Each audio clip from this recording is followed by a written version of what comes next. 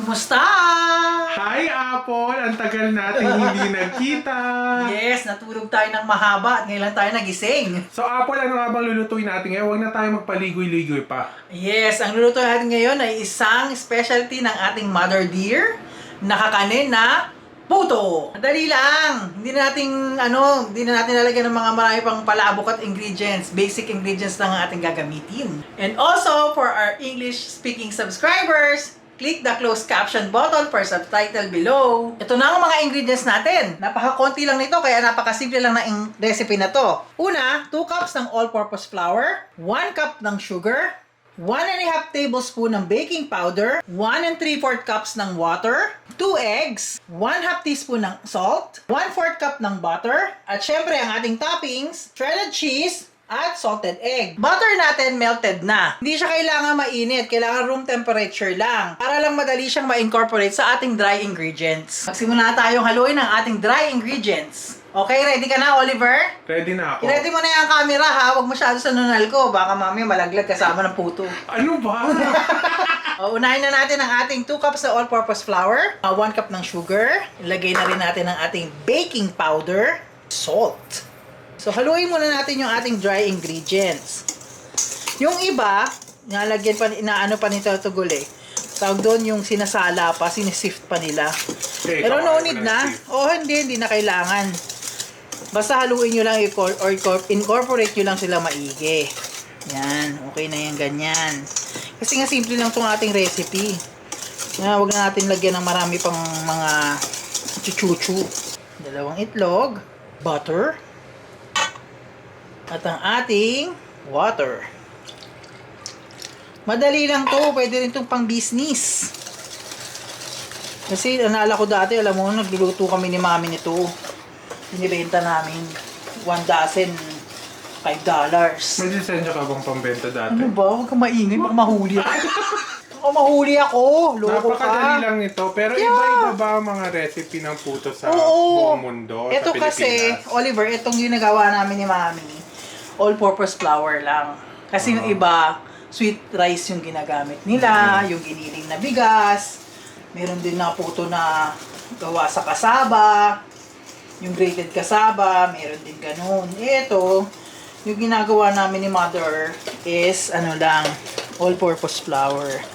So, simpleng puto lang talaga to. So, tingnan mo, yun na yung mixture natin, Ngayon, nasa sa inyo na lang yung kung gusto nyong may kulay. Kasi yung iba gusto nila, kasi gagamitin nila pang handa sa birthday. Christmas colors. Yeah! Ginagawa nilang mayroong pula. Gender reveal. Yes! O kaya pink. Ganon. Ako, kung ulitin ko yung gender reveal ko, Green. siguro pink ako. Pinky. Pagawa ko ng puto na pink. Hindi lalagyan natin ng rainbow yung sa'yo. Rainbow pride. Oo.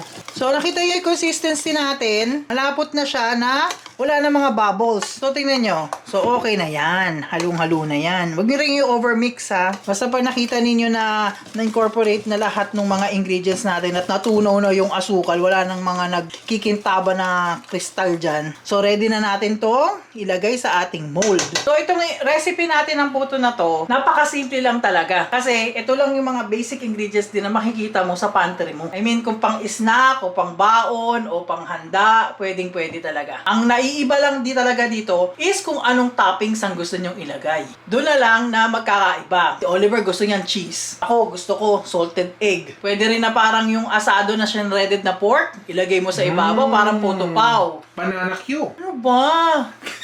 Lagyan mo na lang kaya turon. Itong mga molds natin, galing pa tong Pilipinas. In order ni mami sa kaibigan niya. So, standard lang yung size niyan. Meron namang mas maliit, meron ding mas malalaki. Mas gusto ko yung ganitong size kasi saktong-sakto lang siya sa steamer natin. Kuha pa ni mami yan sa Divisoria, di ba? Yes, sa Divisoria niya pinabili. Tsaka murang-mura pa. Oo, puro mga ewan ko kung magkano na yan ngayon. Pero 50 dati, cents lang, no? Oo, 50 matagal na sa amin to, kaya nga parang bungi-bungi na yung gilid eh.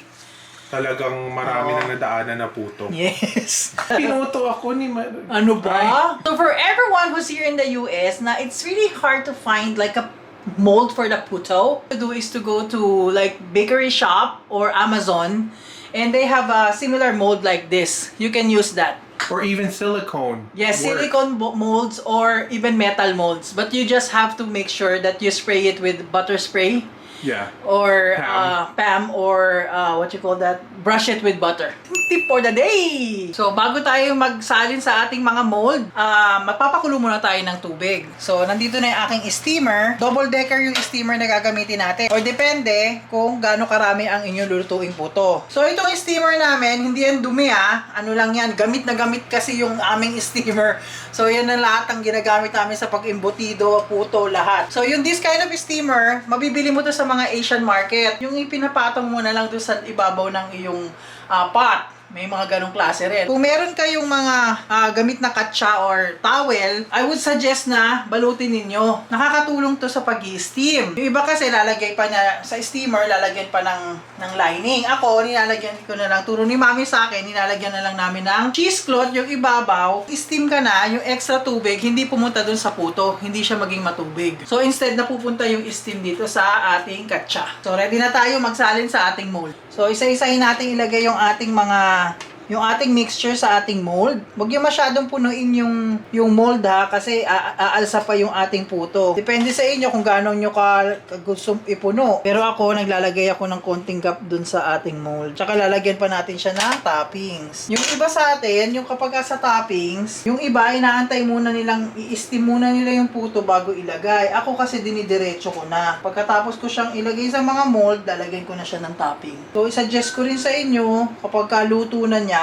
i-brush nyo rin siya ng margarine. Masarap din yun kung gusto nyo pa ng extra margarine. So, hindi natin siya i-overcrowd Yan lang ang ginawa ko. Bali, 2, 4, 6, 8, 9 pieces sa isang steamer. Huwag nyo masyadong punuin ng tubig yung pakukuluan ninyo na steamer nyo. Huwag nyo masyadong damihan yung tubig. Yung sakto lang. Kasi, the more na mapuno yung tubig, the more na yung steam niya masyadong malakas yung apoy. Minsan, pangit yung luto. So, nilagay ko na yung mixture sa mold. Naka-ready na siya. Lalagyan na natin siya ng topping. Kayo nang bahala kung gusto niyo talaga ma-cheese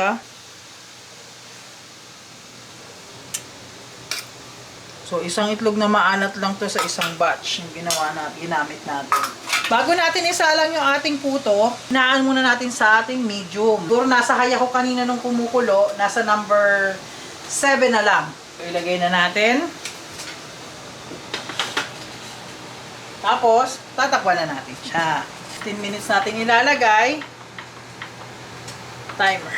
Antay na lang natin ang ating pag-i-steam ng ating puto, tapos balikan natin. So, sinimot ko talaga lahat doon sa bowl natin So, andito lahat, 27 pieces yung nagawa natin sa mold. Tansyahin nyo na lang kung gaano karami yung ilalagay nyo sa mold, tsaka dapat pantay-pantay. Since itong batch natin is para sa amin lang at pang snack-snack lang, so okay lang na kung ilan lang yung magawa ninyo. Ninenervous ako, Bol. Bakit ka ninenervyos? Kasi baka palpak ang aking puto, binablog. 2, 1. I think it's good. Oo, kasi nga kaya ganun yun kasi yung iba nga hindi marami akong masyado nalagay kasi nga sa pang amin lang to. Pero kung sabi ko sa inyo kung pang business, pwede naman sa inyo na lang.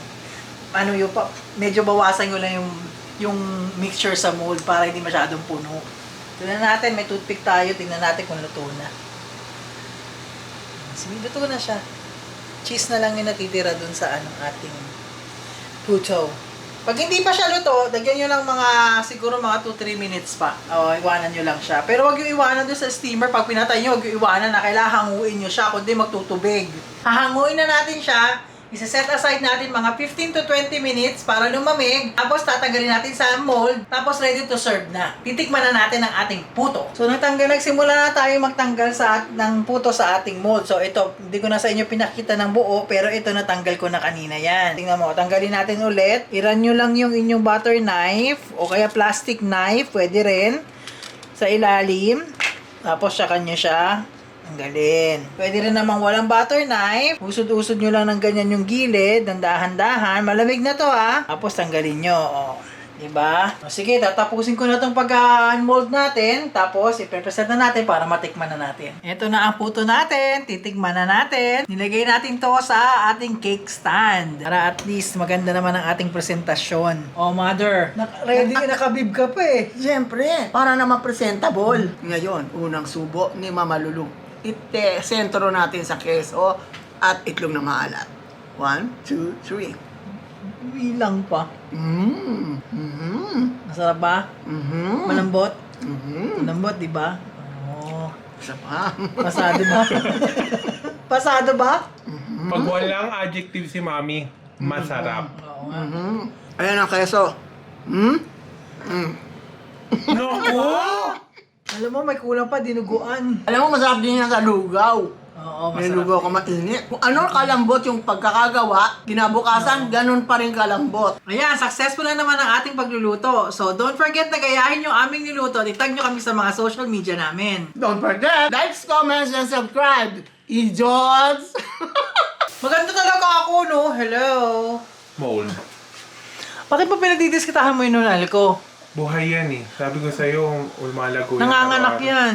Ano ba yan? Yung Oo. isa nasa puwet mo. Ano ba?